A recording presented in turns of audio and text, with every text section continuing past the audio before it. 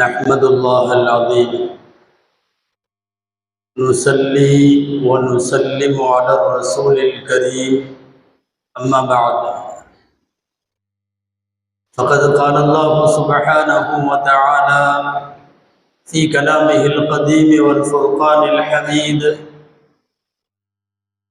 أعوذ بالله من الشيطان الرجيم بسم الله الرحمن الرحيم المال والبنون زينة الحياة الدنيا صدق الله العظيم وقال رسول الله صلى الله عليه وسلم إذا أفصح أولادكم فعلموا قول لا إله إلا الله صدق رسول الله صلى الله عليه وسلم எல்லா புகழும் அல்லாஹ் ஜல்ல ஷானுஹு தஆலா ஒருவனுக்கே உரித்தாகும். அருமை நாயகம் முஹம்மதுர் ரசூலுல்லாஹ் ஸல்லல்லாஹு அலைஹி வஸல்லம் அவர்களின் மீதும் பாக்கியங்கள் நிறைந்த அவர்களுடைய உம்மத்தின் மீதும் குறிப்பாக இந்த ஜும்மா நாளில் நம் அனைவர் மீதும் அல்லாஹ்வின் நற்பாக்கியங்கள் அனைத்தும் என்றென்றும் நின்று நிலவுவதாக. ஆமீன். அல்லாஹு ஜல்ல ஷானுஹு தஆலா மகிழ்ச்சியான மனித வாழ்விற்கு அவன் அளித்த பெரிய அருட்கொடைகள் நாம் பெற்றெடுத்த குழந்தைகள்.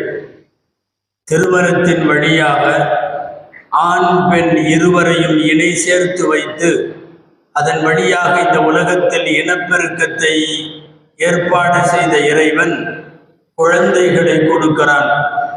ஆணாக பெண்ணாக, ஆண் பெண் இரண்டுமாக மக்கட் செல்வத்தை கொடுக்கிறான். திருக்குர்ஆனின் பல்வேறு இடங்களில் அது ஒரு மிகப்பெரிய அருட்கொடை, வெகுமதி என்றெல்லாம் பேசப்படுகிற வார்த்தைகளுக்கிடையில் சூரத்துல் கஹ்ஃபில் அல்லாஹ்வுடைய வாக்கியம் அல்மாலு வல் பனூன் ஜீனத்துல் ஹயாத்தி துன்யா, பொருட்செல்வமும் மக்கட் செல்வமும் இந்த உலக வாழ்க்கையின் அலங்காரம் என்று அல்லாஹ் சொல்லுகிறான். ஒரு குதூகலமான குடும்ப வாழ்க்கை, ஒரு அலங்காரமான குடும்பம் என்பது குழந்தைகளோடு அமையப்பெறுவது. நாடு முழுக்க நவம்பர் 17ஆம் தேதி குழந்தைகள் தினம், சில்ட்ரன்ஸ் டே என்றெல்லாம் கொண்டாடப்பட்டு குழந்தைகள் குறித்தும் அவர்களின் உரிமைகள், அவர்களுக்கு நாம் செய்ய வேண்டிய கடமைகள், குழந்தைகளின் மனோபாவம், நவீன காலங்களில் குழந்தைகளை வளர்த்தெடுப்பதில் உள்ள சிரமங்கள், எதிர்நோக்குகிற சவால்கள், இவைகளை குறித்தெல்லாம் விரிவாக பேசப்படுகிற இந்நாட்களில் இஸ்லாமிய பார்வையில் குழந்தைகள், அதை உருவாக்குவதன் முறை, அதற்கான நமது கடமை, இவைகள் எல்லாவற்றையும் நாம் சிந்திக்க வேண்டும்.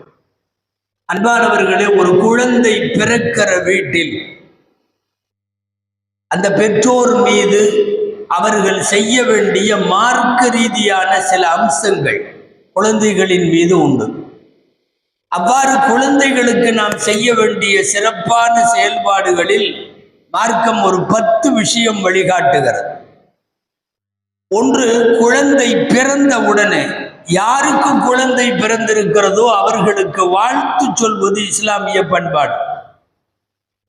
சமயங்களில் அவர்களின் பெற்றோருக்கோ அல்லது பெற்றோரின் பெற்றோருக்கோ கூட குழந்தை பிறந்த வீட்டில் ஒரு முஸ்லிம் தனது வாழ்த்துக்களை தெரிவிப்பார். நபிகள் நாயகம் ஸல்லல்லாஹு அலைஹி வஸல்லம் அவர்களுக்கு பேர குழந்தைகள் பிறந்த போது சஹாபாக்கள் எல்லாம் வாழ்த்து தெரிவித்த வாசகங்கள் ஹதீசுகளில் பதிவாகி இருக்கிறது.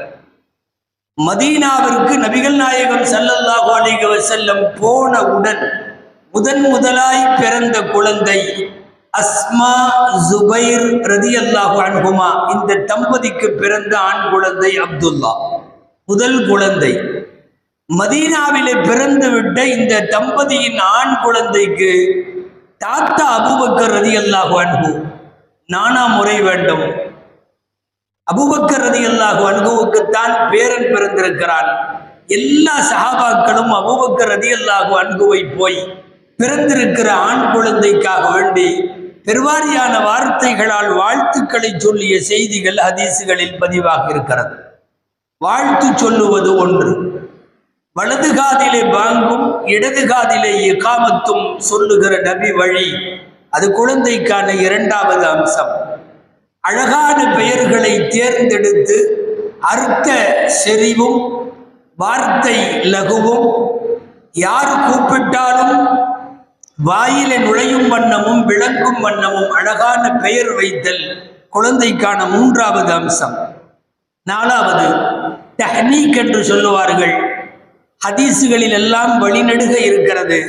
பிறந்த குழந்தையை நாம் மதிக்கிற மார்க்க பெரியவர்கள், குடும்பத்து பெரியவர்கள், பெற்றோர்கள் இவர்களின் மடியிலே வைத்து அவர்கள் மூலமாக தேன் தொட்டு வைப்பதோ அல்லது அவர்களின் எச்சில் பட்டு பேரித்தம்பழத்தை உண்ண சுவைக்க குழந்தைக்கு வாயிலே வைத்து கொடுப்பதோ, இதை ஹதீசுகளில் சுன்னாவுடைய வார்த்தையில் தஹ்னீக் என்று சொல்லுவார்கள். அந்த தஹ்னீக் செய்தல் குழந்தைக்கான மற்றும் ஒரு அம்சம். ஐந்தாவது தலைமுடி எடுத்து அந்த தலைமுடியின் எடைக்கு ஏற்ப தர்மம் செய்யுதல், இது குழந்தைக்கான அடுத்த அம்சம். நபிகள் ஸல்லல்லாஹு அலைஹி வஸல்லம் இதில் எல்லாம் வழிகாட்டி இருக்கிறார்கள். ஆறாவது குழந்தையின் 7வது நாளில் சுன்னத்து அல்லது அதற்கு பிறகோ வசதிப்படும் சூழ்நிலையில் ஆண் குழந்தை என்றால் 2 ஆடும், பெண் குழந்தை என்றால் 1 ஆடும் அகீகா கொடுத்தல்.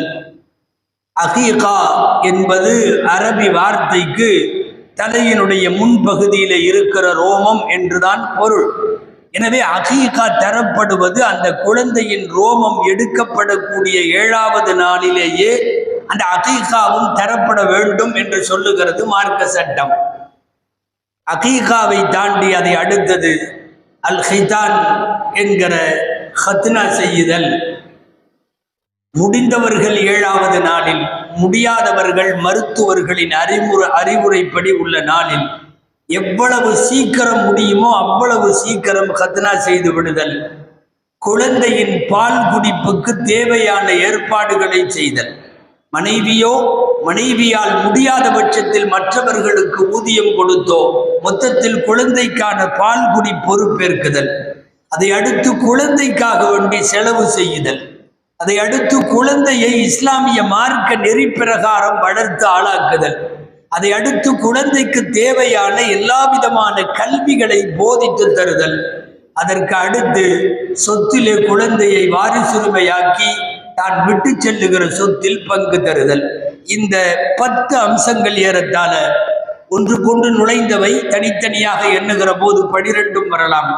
இவைகள் அத்தனையும் ஒரு குழந்தையை சார்ந்து நாம் முன்னெடுக்க வேண்டிய மார்க்க ரீதியான அம்சங்கள். அது வாழ்த்து சொல்லுவதானாலும் பெயர் வைப்பதானாலும் நபிகள் நாயகம் ஸல்லல்லாஹு அலைஹி வஸல்லம் ஏராளமான பெயர்களை மாற்றி அமைத்தார்கள்.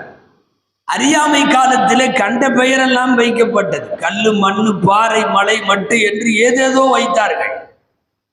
ரசூலுல்லாஹ்வின் சமூகத்திற்கு திருச்சபைக்கு அவர்கள் வருகிற போது பெரும்பாலும் பெயர் என்ன என்று விசாரித்துவிட்டு அர்த்தம் சரியில்லை என்றால் உடனே நாயகம் ஸல்லல்லாஹு அலைஹி வஸல்லம் மாற்றி அமைத்துக் கொள்ள பரிந்துரைப்பார்கள். அவர்களே மாற்றுவார்கள். நல்ல பெயராக இருந்தால், அது அறியாமை காலத்திலே வைக்கப்பட்டதாக இருந்தாலும் அப்படியே இருக்கட்டும் என்று விட்டு விடுவார்கள். நபி ஸல்லல்லாஹு அலைஹி வஸல்லம் மாற்றி அமைத்த பெயர்கள் மாத்திரம் அதன் பின்னணிகளோடு தனி நூலாக தரப்பட்டிருக்கிறது முஸ்லிம் உம்மத்திற்கு. யாரிடமாவது பெயர் கேட்பார்கள், அவர் கவலை என்கிற அர்த்தத்தில் ஏதாவது ஒரு வார்த்தையை சொல்லுவார், மகிழ்ச்சி என்று மாற்றி அமைப்பார்கள். ஒருவன் துன்பம் என்று பெயர் வைத்திருப்பான், அதை இன்பம் என்கிற வார்த்தையிலே மாற்றி அமைப்பார்கள். பெரும்பாலும் ஹசன் என்று பெயர் உண்டது, கவலைக்குரியவன். நாயகம் ஸல்லல்லாஹு அலைஹி வஸல்லம் அதை ஃபரஹ் என்று மாற்றி அமைப்பார்கள். கஷ்டம் என்று பெயர் வைத்தவர்கள் நிறைய பேர், அதை லகுவானது, லகுவானவன் என்று மாற்றி அமைத்திருக்கிறார்கள். ஆண்கள் பெயர் மட்டுமல்ல, பெண்களின் பெயர்களையும் மாற்றி அமைத்திருக்கிறார்கள். எத்தனை ஆண்கள், எத்தனை பெண்கள், எவ்வளவு பேருக்கு குழந்தையிலே பெயர் வைத்தார்கள், எவ்வளவு பேருக்கு பெரியவரான பிறகு மாற்றினார்கள் என்றெல்லாம் தனி தொகுப்புகள் நபி ஸல்லல்லாஹு அலைஹி வஸல்லத்தினுடைய வாழ்க்கையில இருந்து பிரித்தெடுத்து எழுதி தரப்படுகிறது. அடுத்து இந்த சிறப்பு அம்சங்களிலே நாம் சொன்ன இன்னொரு செய்தி தஹ்னீக் என்று சொல்லுவது. அன்னலாருடைய காலத்தில் அப்படி ஒரு பழக்கம் இருந்தது. எந்த குழந்தை எந்த வீட்டில் பிறந்தாலும் இஸ்லாமிய இல்லத்தில் பிறக்கிற முஸ்லிம் தம்பதிக்கு பிறக்கிற மழலையை கொண்டு வந்து ரசூலுல்லாஹ்வின் மடியில வைத்து விடுவார்கள். ஒரே ஒரு பேரித்தம்பழத்தினுடைய ஒரு கீற்றை கிள்ளி அந்த கீற்றை தங்கள் பரக்கத்தான வாயில வைத்து சுவைத்து அந்த உமிழ்நீரை எடுத்து அந்த பழத்தினுடைய கீற்றை எடுத்து அங்கே குழந்தையின் வாயில வைப்பார்கள். குழந்தை அந்த பேரித்தம்பழத்தை சப்ப துவங்கும். அதற்கு பிறகு எடுத்து விடுவார்கள், துவா செய்வார்கள். நபி ஸல்லல்லாஹு அலைஹி வஸல்லம் இந்த முறைக்கு தஹ்னீக் என்று பெயர். சஹீஹுல் புகாரி, சஹீஹ் முஸ்லிம் உள்ளிட்ட நூல்களில் பெருமானார் ஸல்லல்லாஹு அலைஹி வஸல்லம் தஹ்னீக் செய்த நபிமொழிகள் இடம்பெற்றிருக்கிறது. அவ்வாறு தஹ்னீக்குகள் செய்யப்படுகிற போது நபி ஸல்லல்லாஹு அலைஹி வஸல்லம் பேசியவை, அதில் சொன்ன கருத்து, நகைச்சுவை எல்லாமே இடம்பெற்றிருக்கிறது. முதலாக மதீனாவில் அன்சாரிகளில் பிரபலமான அபூ தல்ஹா ரலியல்லாஹு அன்ஹு என்கிற சஹாபிக்குத்தான் குழந்தை பிறந்தது. அபூ தல்ஹாவுடைய குழந்தையை கொண்டு வந்து ரசூலுடைய வடியில வைப்பதற்காக எடுத்து வந்தார்கள். அப்படியே பிறந்த சில மணி நிமிடங்களில் கொண்டு வந்து விட்டார்கள். சுத்தப்படுத்தி கொண்டு வந்து நபி ஸல்லல்லாஹு அலைஹி வஸல்லமுடைய மடியில வைத்தார்கள். எடுத்துக்கொண்டு வந்தது அனஸ் ரலியல்லாஹு அன்ஹு. வைத்தவுடன் நபி ஸல்லல்லாஹு அலைஹி வஸல்லம் வழக்கம் போல பேரித்தம்பழம் வாங்கி ஒரு கீற்றை அதில் கிழித்து அதை வாயில வைத்து சுவைத்து பிறகு அபூ தல்ஹாவினுடைய அந்த பிறந்திருக்கிற குழந்தையின் வாயில வைத்தார்கள்.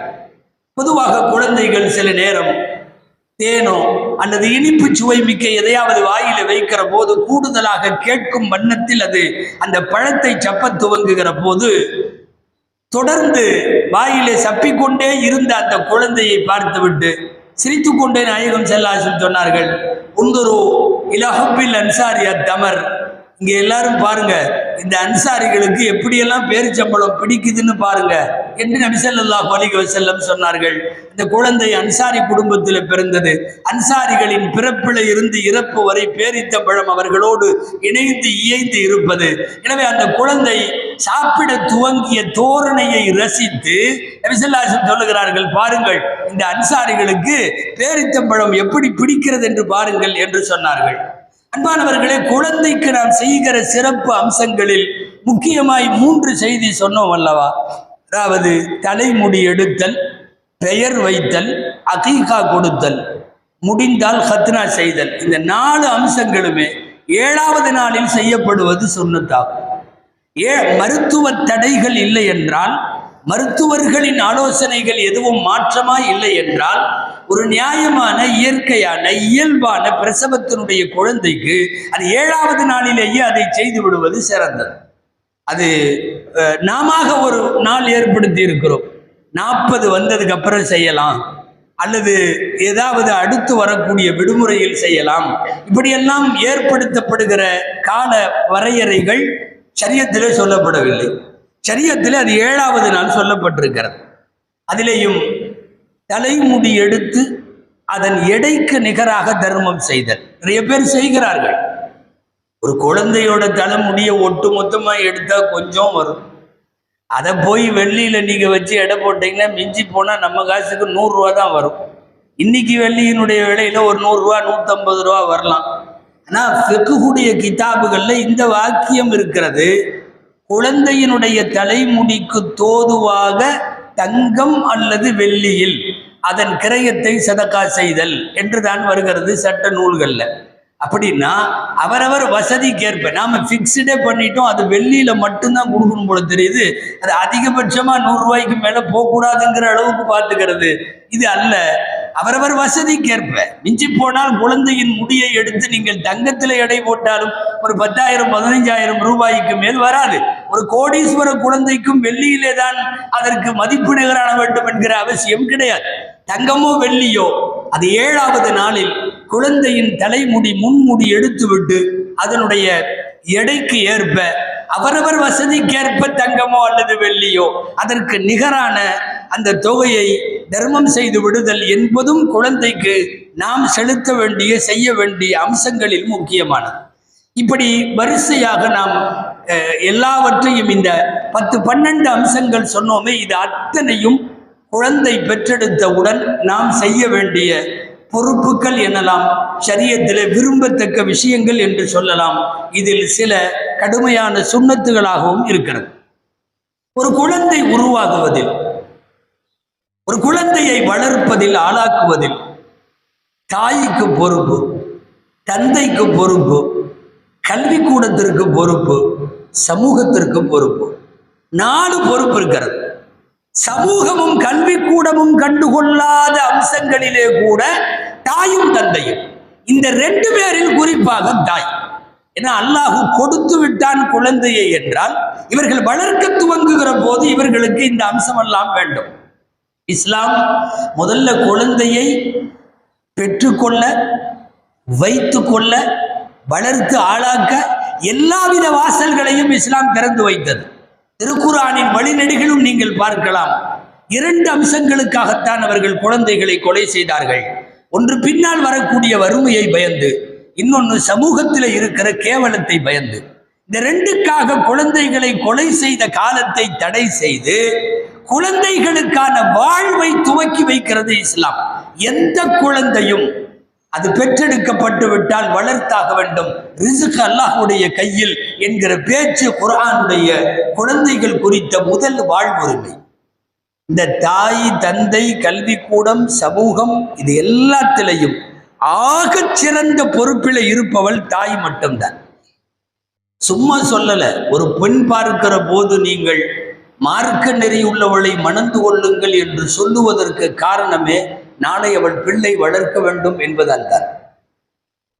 ஒருபோதும் உங்களுடைய மனைவியாய் முஸ்லிம் அல்லாதவர்கள் இருந்து விட வேண்டாம் என்று குர்ஆன் திரும்ப திரும்ப லதன்ஜி உல் முஷ்ரிகாத்தி அத்தா யுமின் போன்ற வசனங்களில் ஒரு முஸ்லிம் அல்லாதவள் முஸ்லிமுக்கு மனைவியாக முடியாது என்று அழுத்தமாய் சொல்லுவதற்கு காரணம் என்னவென்றால், இந்த குடும்பத்தின் வாரிசுகளை நாளை வளர்க்கிற இடத்தில் அவள் இருப்பாள்.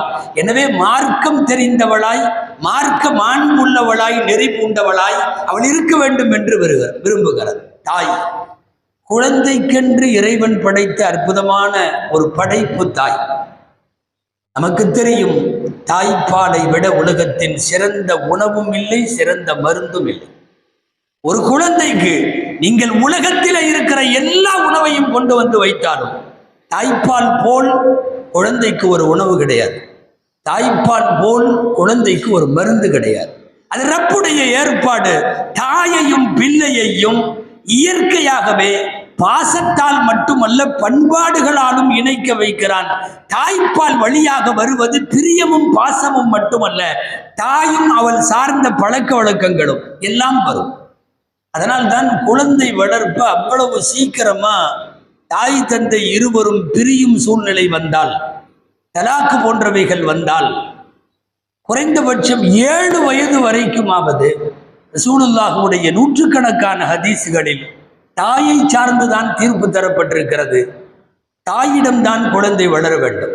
வேண்டுமென்றால் 7 வயதிற்கு பின்னாலே அந்த குழந்தையிடம் கேட்டு தந்தையிடம் கொடுக்கலாம், வாங்கலாம், அது வேறு. ஒரு அம்மா ரசூலுல்லாஹ்விடத்தில் வந்து தலாக்கு விட்ட கணவனை பற்றி கை குழந்தையோடு வந்து முறையிடும். சஹீஹான ஹதீஸ் இது. நபி ஸல்லல்லாஹு அலைஹி வஸல்லம் அவர்களிடத்தில் வந்து அந்த தாய் பேசுகிறது, யா ரசூலுல்லாஹ், இன்னப்னி ஹாதா, நான் கையில் வைத்திருக்கிற இந்த குழந்தை, கானபத்னி லஹு பிஆ, என் வயிறுதான் இந்த குழந்தைக்கான தொட்டில், பாத்திரம். வஸதி லஹு சிகா, எனது மார்புதான் இந்த குழந்தைக்கான குடிபானம். வஹஜ்ரி லஹு ஹவா, என்னுடைய மடிதான் இந்த குழந்தைக்கான புகலிடம். வஅன்ன அபாஹு தல்லகனி வஅராத அன் யன்தஸிஅஹு மின்னி, இந்த குழந்தையின் தந்தை என்னை தலாக்கு விட்டு விட்டார், இந்த குழந்தையையும் என்னிடத்திலே இருந்து வாங்குவதற்கு அவர் முயற்சிக்கிறார்.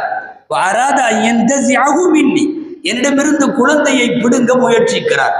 நபி ஸல்லல்லாஹு அலைஹி வஸல்லம் அந்த பெண்ணிடத்திலே சொன்னார்கள், அந்தி அஹப்பு பிஹி மாலம் தன்கஹி, நீ இன்னொரு திருமணம் செய்யாத வரைக்கும் அந்த குழந்தைக்கு நீதான் தகுதி உடையவள் போ என்று சொல்லி நபி ஸல்லல்லாஹு அலைஹி வஸல்லம் அனுப்பி வைத்ததை பார்க்கிறோம். அது திருமணம் முடித்தால் என்கிற சட்ட விளக்கங்கள் எல்லாம் வேறு. ஒரு குழந்தையை 7 வயது வரைக்கும் திரும்ப திரும்ப தாயோடு ஒட்ட வைக்கிறார்கள் நபி ஸல்லல்லாஹு அலைஹி வஸல்லம். காரணம், ஒரு குழந்தை சார்ந்து வாழுகிற விஷயத்தில் தந்தையை விட, கல்வி கூடத்தை விட, சமூகத்தை விட அவள் தாய் சார்ந்துதான் அதிகம். 2வது பொறுப்பு தந்தைக்கு வரும். 1000 தான் தாய் தர்பியத்து செய்தாலும் குழந்தையின் வளர்ப்பும் பொறுப்பும் அதற்கான செலவும் அதற்கான வருங்கால திட்டமிடலும் எல்லாமே தந்தை. இன்சியலே தந்தை தான். நன்கு கவனிக்க வேண்டும். ஒரு பெண்ணுக்கு திருமணமானால் கூட இன்சியல் தந்தை இன்சியல் தான். கணவனுடைய இன்சியல் என்பது இஸ்லாமிய பண்பாடு அல்ல. இஸ்லாத்தில் அப்படி எங்கேயும் சொல்லப்படவும் இல்லை. அது ஒரு மாற்று மதத்தினுடைய கலாச்சாரம்.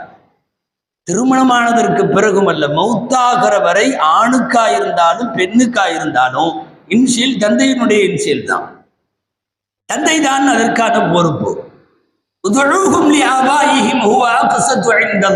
குர்ஆன்ல ஒரு வசனம், வசனத்தின் பின்னணியோடு பார்க்க வேண்டும். திருமணமான நேரத்தில் ரசூல் ஸல்லல்லாஹு அலைஹி வஸல்லம் கதீஜா அம்மையாரை மணந்திருந்த நேரத்தில் கதீஜா அம்மையார் ரலியல்லாஹு அன்ஹா கணவருக்கு திருமண பரிசாய், அன்பளிப்பாய் ஸைத் இப்னு ஹாரிஸா என்கிற ஒரு அடிமையை கொடுத்தார்கள். அவர் அடிமை, எல்லா வேலையும் செய்வார். அடிமையை அன்பளிப்பாக கொடுத்தார்கள். ரசூலோடு எப்போதும் இணைந்திருக்கிற ஸைதை ஒரு கட்டத்தில் நாயகத்தின் மகன் என்று சொல்ல துவங்கினார்கள் ஊர் மக்கள். நாம் வரலாறு படித்திருக்கலாம். தாயிஃப் போன்ற முக்கியமான பிரயாணத்தில் பெருமானார் ஸல்லல்லாஹு அலைஹி வஸல்லம் கஷ்டப்பட்ட போது கூட இருந்தவர் இந்த ஸைத் தான். ஊர் முழுக்க ஸைத் இப்னு முஹம்மது என்று பேச ஆரம்பித்தார்கள். முஹம்மதுவின் மகன் ஸைத். அப்போதுதான் இந்த ஆயத்து இறங்கியது. யாராக இருந்தாலும் தந்தை பெயர் சொல்லி மாத்திரம் கூப்பிடுங்கள், அல்லாஹ்விடத்தில் அதுதான் நீதமானது. அது வளர்க்கக்கூடியவர் எவ்வளவு பெரிய ஆளாக இருக்கலாம், எவ்வளவு பெரிய விஐபியாக இருக்கலாம், பெற்ற தகப்பனோடுதான் ஒருவனுடைய இன்சியலும் அவர் இன்னாருடைய மகன் என்பதும் சொல்லப்பட வேண்டும் என்பது திருக்குர்ஆனுடைய இந்த வார்த்தை. அதற்கு பிறகு எல்லாரும் ஸைத் இப்னு முஹம்மது அப்படின்னு சொல்லல, ஸைத் இப்னு ஹாரிஸா என்று அவருடைய பெயரை சொன்னார்கள். ஒரு குழந்தையினுடைய ஆளாக்குகிற விஷயத்தில் தாய்க்கு பின்னால் இந்த உலகத்தில் தந்தையின் பங்கு மகத்தானது. நாம் கவனம் செலுத்த வேண்டும் என்பதற்காக சொல்லப்படுகிறது. ஒரு குழந்தை தந்தை இறந்தால் தான் யத்தீம் என்று சொல்லப்படும். தாய் இறந்தால் யத்தீம் இல்லை. மனித குலத்தில் தாய் இறந்து விட்டால் அந்த குழந்தையை யத்தீம் என்று சொல்ல முடியாது. ஆனால் தந்தை இறந்தால் தான் அது யத்தீம், அது வார்பன், அது அனாதையாகிவிட்டது என்றெல்லாம் சொல்ல முடியும். இதில் இஸ்லாமிய பார்வையில், உலக நியதியில், மனிதன் அல்லாத எல்லா படைப்புகள்லையும், ஆடு மாடு கோழி நாய் நரி எல்லாத்திலையும் தாய் மௌத்தானா அது யத்தீம் என்று சொல்லப்படும். மனிதனுக்கு மாத்திரம் தந்தை மௌத்தானால் தான் யத்தீம் என்று சொல்லப்படும். எனவே தந்தை குழந்தையை வளர்த்து ஆளாக்குகிற விஷயத்தில் மார்க்கத்தினுடைய மிக முக்கியமான பொறுப்பிலே இருக்கிறார். உலகத்தில் எத்தனையோ காரியங்களுக்கு செலவழிக்கிற எத்தனையோ லட்சங்கள் கோடிகளை விட ஹதீஸிலே வருகிறது, சொந்த மனைவி மக்களுக்காக செலவழிக்கிற ஒரே ஒரு தீனார் உலகத்திலே இறைப்பாதையில் செலவழிக்கப்படும் எல்லா தீனார்களை விட அது சிறந்தது. குடும்பத்துக்கு கொடுக்கிறது ரொம்ப ஃபேமஸான ஒரு ஹதீஸ் நம்ம அடிக்கடி கேட்போமல்ல, அதாவது வாங்குகிற கையை விட கொடுக்கிற கை சிறந்தது அப்படின்ற அந்த ஹதீஸனுடைய வாசகம் இப்படி வருது. அல் யதுல் உல்யா கைரும் மினல் யதி சுஃப்லா வப்த பிமன் தஊல். மேலே உள்ள கை கீழே உள்ள கையை விட சிறந்தது. கீழே உள்ள கரம் வாங்குகிறது, மேலே உள்ள கரம் வழங்குகிறது. சொல்கிறார்கள் மேலே உள்ள கை சிறந்தது. சொல்லிட்டு அடுத்த வாசகம் வப்த பிமன் தஊல். அப்படி நீ வலது கையால் கொடுக்க துவங்குகிற போது உன் குடும்பத்திலிருந்து கொடு. முதல்ல தர வேண்டியது குடும்பம், மனைவி, மக்கள், அந்த செலவுதான். பெற்ற குழந்தைக்கு தர வேண்டியது தகப்பன் பொறுப்பு. ஒருவேளை தகப்பன் தரவில்லை என்றால் மார்க்கம் அவனுக்கே தெரியாமல் அவன் பாக்கெட்டிலிருந்து எடுத்துக்கொள்ளவும் அனுமதிக்கிறது. தெரியாமையே எடுத்துக்கலாம். ஒரு அம்மா வந்து அப்படி கேட்டாங்க, ஹிந்தா அவர்கள் கேட்டார்கள், என் கணவர் கொஞ்சம் சிக்கனமானவர் அல்ல, கஞ்சத்தனமானவர், அவ்வளவு சீக்கிரம் தரமாட்டார், எனக்கு மட்டுமல்ல என் குழந்தைக்கும் தருவதில்லை, நான் என்ன செய்யட்டும்? ரசூலுல்லாஹி சொன்னார்கள், ஹுதி மா யக்ஃபீகி வ வலதகி பில் மஅரூஃப், உனக்கும் உன் குழந்தைக்கும் தேவையான காசை நீயே எடுத்துக்கலாம், பர்மிஷன் தேவையில்லை. நான் வந்து நீ தராதனால கை வச்சு எடுக்க போறேன்னு சொல்ல வேண்டிய அவசியமும் இல்லை. காரணம், குழந்தையின் ஹக்கிலே அவன் தரமாட்டேன் என்று சொல்லுவதற்கு உரிமை இல்லை என்று இதற்கு அர்த்தம். குழந்தையை பார்த்து கொள்ளுவதில், பராமரிப்பதில் அல்லாஹுவின் தூதர் சொல்லிக் கொடுத்த முதல் வாசகம், இதா அஃப்ஸஹ அவுலாதுக்கும் ஃபஅல்லிமு கௌல லா இலாஹ இல்லல்லாஹ், உங்களில் ஒருவருடைய குழந்தை பேச துவங்குகிற போது லா இலாஹ இல்லல்லாஹ் சொல்லித்தர வேண்டும். குழந்தைக்கு விளையாடுவது என்பது அவர்களின் இயற்கை. விளையாடுவது என்பது பிடித்தமானது. விளையாட்டை அனுமதிக்க வேண்டும். சிறுமியாக இருந்த போது ஆயிஷா அம்மா பொம்மை வைத்து விளையாண்டது ரசூலுல்லாஹ்வின் முன்னால். பிள்ளைகள்லாம் உட்காந்து விளையாண்டுருக்கிறப்ப ரசூலை பார்த்த உடனே 5-6 பிள்ளைகள் சிறுமிகள் எந்திரிச்சு ஓடும் போது ஒளிஞ்ச இடத்துல போய் அவங்களை இழுத்துட்டு வந்து நடுவுல உட்கார வச்சு விளையாட்டை கண்டினியூ பண்ணுங்க என்று ரசூல் ஸல்லல்லாஹு அலைஹி வஸல்லம் சொல்லியது ஹதீஸிலே இருக்கிறது. பெருநாள் அன்று மல்யுத்த வீரர்கள் விளையாண்டதை ஆயிஷா அம்மாவோடு நின்று இவர்கள் பார்த்தது ஹதீஸிலே இருக்கிறது. விளையாட்டு என்பது குழந்தைகளினுடைய இயற்கையோடு ஒட்டிய பண்பாடு. அதெல்லாம் ஒரு பெற்றோராக அனுமதிக்க வேண்டும். குழந்தைகளை கொண்டாடுகிறோம் என்கிற பெயரில் வெறுமனே ஊட்டச்சத்து கொடுத்து புஷ்டியாக்குவதற்கு பெயர் அல்ல குழந்தை வளர்ப்பு. குழந்தை வளர்ப்பு என்பது நல்லதை சொல்லிக் கொடுப்பதும், பண்பாடு சொல்லிக் கொடுப்பதும், பழக்க வழக்கங்கள் சொல்லிக் கொடுப்பதும், இதுக்கு பேர் குழந்தை வளர்ப்பு. நாம் வெறுமனே பாதாம் பிஸ்தாக்கள் என்று மாத்திரமே கொடுத்து உருவாக்க வேண்டும் என்று மாத்திரமே நாம் நினைத்து கொண்டிருக்கிறோம். அது அல்ல.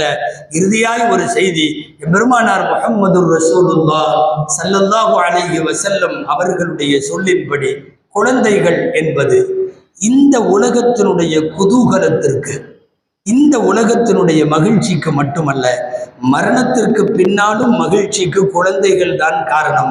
நமக்கு தெரியும், கபருக்கு நாம் போனதற்கு பின்னாலும் நமக்கு வந்து சேருவது 3. ஒன்று பலனுள்ள கல்வி, இன்னொன்று நிரந்தரமான தர்மம், 3வது சாலிகான குழந்தை. எனவே குழந்தைகள் இம்மையின் மகிழ்ச்சிக்கும் காரணம், மறுமையின் ஈடேற்றத்திற்கும் காரணம்.